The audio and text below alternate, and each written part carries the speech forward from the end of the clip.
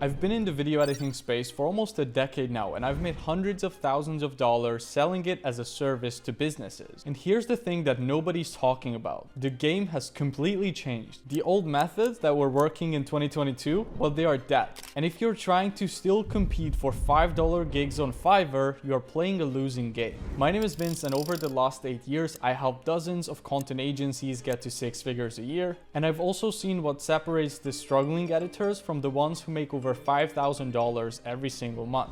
In this video, I'm going to give you a complete blueprint on how to get your first client and how to start a sustainable editing business that actually pays you what you're worth. We're going to be covering the 3 pillars that every successful video editing business owner has in 2025 and beyond, the biggest mistakes that keeps 97% of editors broke, and the exact strategy that I've used myself to land my first $2,500 client at the age of only 16 years old. But first, let me tell you why 2025 is a different landscape for video editing businesses. In the last 12 months, content creation have went from a nice to have for businesses to a complete necessity. Every single business owner is thinking, I need more content, but I don't have the time to create it. Think about it. Long-form YouTube videos, TikToks, Instagram Reels, YouTube Shorts. The demand for video content has completely exploded. But the truth is that most business owners don't have the time and the skills required to make amazing videos, and they also don't want to learn it. And while everybody is fighting over scraps on these freelancing platforms, the smart editors are positioning themselves as the solution for this massive problem. They are not just video editors, they are brand builders, content strategists, and revenue generators for these businesses. But here's where most editors mess up completely. After working with hundreds of editors and seeing the people who make it and who don't, I've identified 3 key pillars that all of the successful editors have in place. The first pillar is niche specialization. Most editors think that they need to appeal to everybody if they want to get as many clients as humanly possible. And although I understand where this thought process comes from, you think that if you're just willing to take any sort of job and you're willing to work for everybody, then you will have more work. But the reality is kind of different from this. If you put "I edit anything" in your bio, then don't be surprised if not many people are going to be reaching out to you, and people won't really respond to your outreach messages either. People who are business owners, they like to work with specialists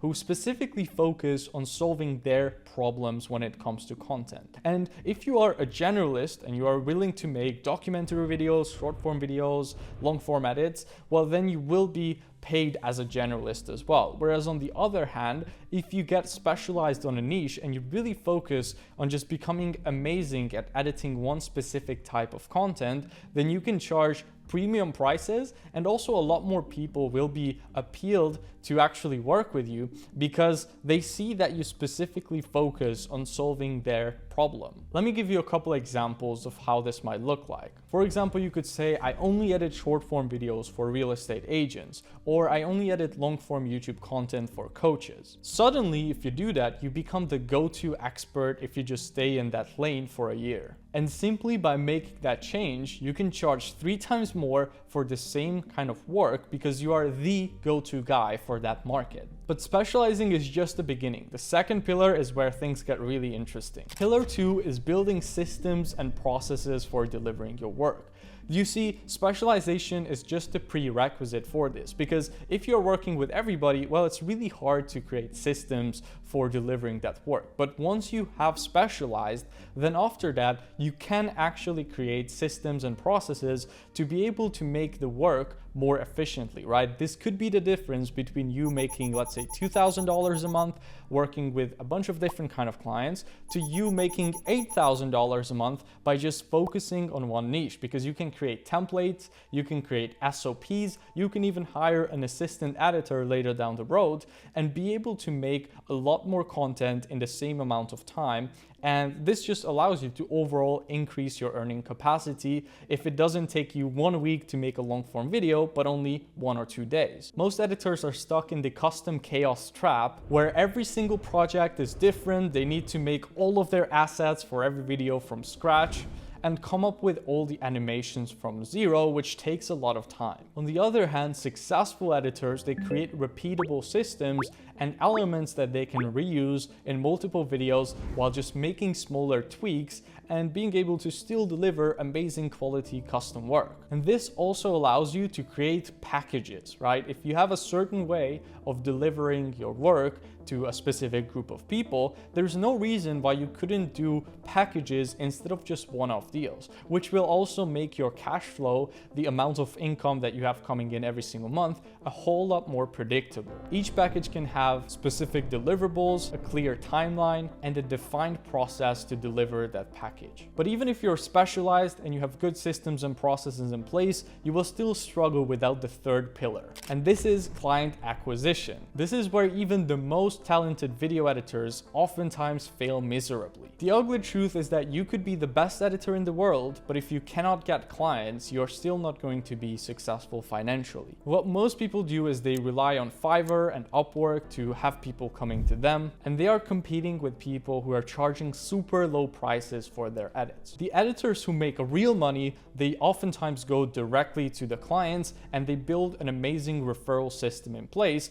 where their clients are actually incentivized to send them more work. Now, what this really means is identifying businesses in your niche, researching their content needs and exactly what would solve their problems, reaching out to them with specific solutions, getting on sales calls, understanding their problems, and positioning yourself and your service as the solution for that problem. Now that you understand the three pillars, I'm going to give you an actual actionable strategy to go out there and get your first client. Step one is to choose your niche today. This is not something you want to procrastinate or overthink. You want to choose one market and get started specializing within that. Don't worry, in the future, if you end up really not liking it, you can always make a change to this. You want to choose a market ideally that you are interested in enough to be able to stick with it until you develop niche expertise in, one that has a need and an actual want as well for this service that you are going to be selling, and one where the average business owner makes enough money so that they can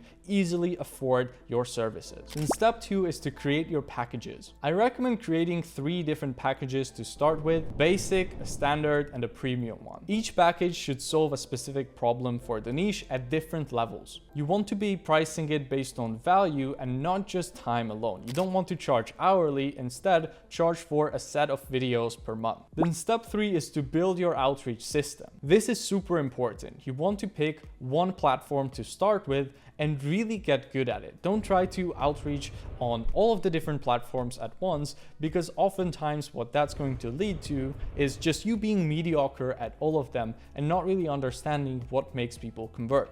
The way you do outreach on email is quite different from the way you do it on X, for example. So I recommend starting with one, being able to convert people on that, and then only after that, adding other platforms onto the mix. Now, am I saying you shouldn't follow up with people on some of the other platforms as well that you already reached out to? No, I think that's a great idea, but just don't try to do every single platform on full steam all at once, because that's oftentimes going to lead to you, again, not being good at any of them. Now, if you have already some amazing case studies and you have a lot of amazing videos in your portfolio, then you can go and start straight up selling paid projects only.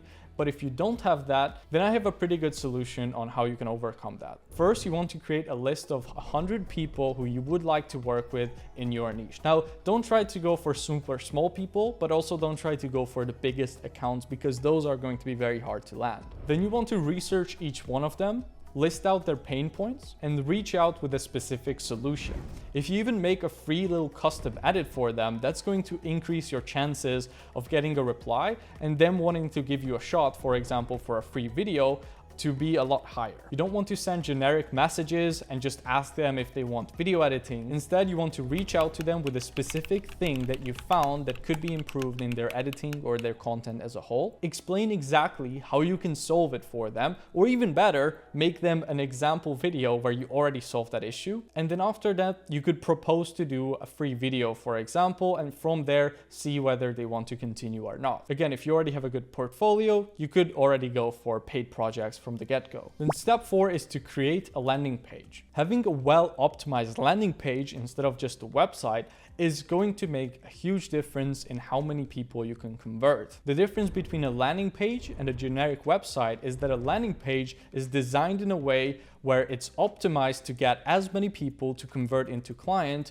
who actually clicked on the page. And this is where the sponsor of this video, Hostinger's Web Builder, comes in place. I see so many editors wasting tens of hours on their website and trying to perfect it, only for it to look very mediocre at the end. Or even worse, wasting thousands of dollars in a web design agency who doesn't really understand what you are going for and cannot make the changes that you request from them. Hostinger Web Builder is an AI tool that lets you build anything that you want without writing a single line of code. You can simply just enter your business name, describe exactly what your business is about, you can customize your website to look exactly how you want it to look, and use their super easy to use drag and drop features to perfect it. They even make it possible to create your own custom AI logos in seconds. Now, I recommend going for the business plan because it allows you to have some features as well that some of the other plans don't, such as the AI tools. And if you get the 48-month plan, you get the best bang for your buck. Now, if you want to try out this tool, you can do so in the description down below, and if you use code VINCE at checkout, you even get an additional 10% off. Trust me, having a professional landing page will make a huge difference in your conversion rates. However, it's not a step that you should be stuck on for weeks and weeks and spending a lot of time on. Then step 5 to building a successful video editing business is mastering the sales process. You want to learn how sales conversations actually work from beginning to end. This is an art, right? The art of taking someone who doesn't even know that you exist into a paying customer at the end. And there are many touch points that need to happen in order for this to be a reality. The truth is that most editors are absolutely terrible at this. They think that the work should speak for itself. And that is true, your work should be amazing, but it's not enough to just have great quality work and call it a day. If you really want to thrive and stand out from the competition, you need to understand sales. The biggest thing you should understand is that business owners don't buy video editing. They buy results, the outcome that the videos can get them, solutions, and peace of mind. The truth is that most video editors aren't reliable, they are not delivering their projects on time, they are horrible at paying attention to the details, and in general, they have poor communication skills and are slow to reply. Now, if you can highlight the fact that you are aware of these things and the fact that most business owners have been burned by these things before, then the clients are going to trust you a lot more. Now, I want to really emphasize that if you are going to use this, then you should actually make sure that you are not making any of those same mistakes as well.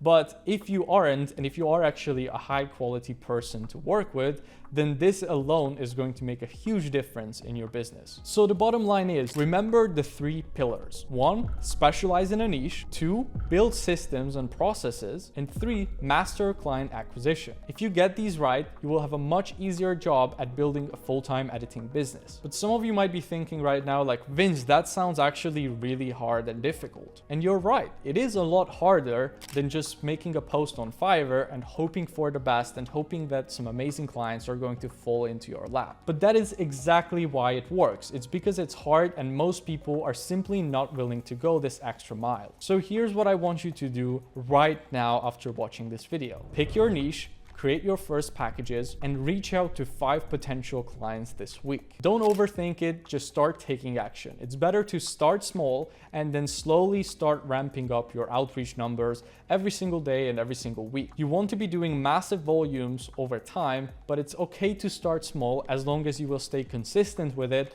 and progressively overload your outreach numbers every single week. So I really hope you enjoy this video. Obviously, there is a lot more nuance and detail that we could go into in every single point of this entire topic. So if you're interested in more content like this, make sure to check out some of the other amazing videos as well on my channel that cover these. And if you want even more help and you want to speak with me directly every single week and learn from more in-depth lessons, then check out Creator Syndicate, my private community, in the description down below. I hope you enjoy this, and I will see you in the next video.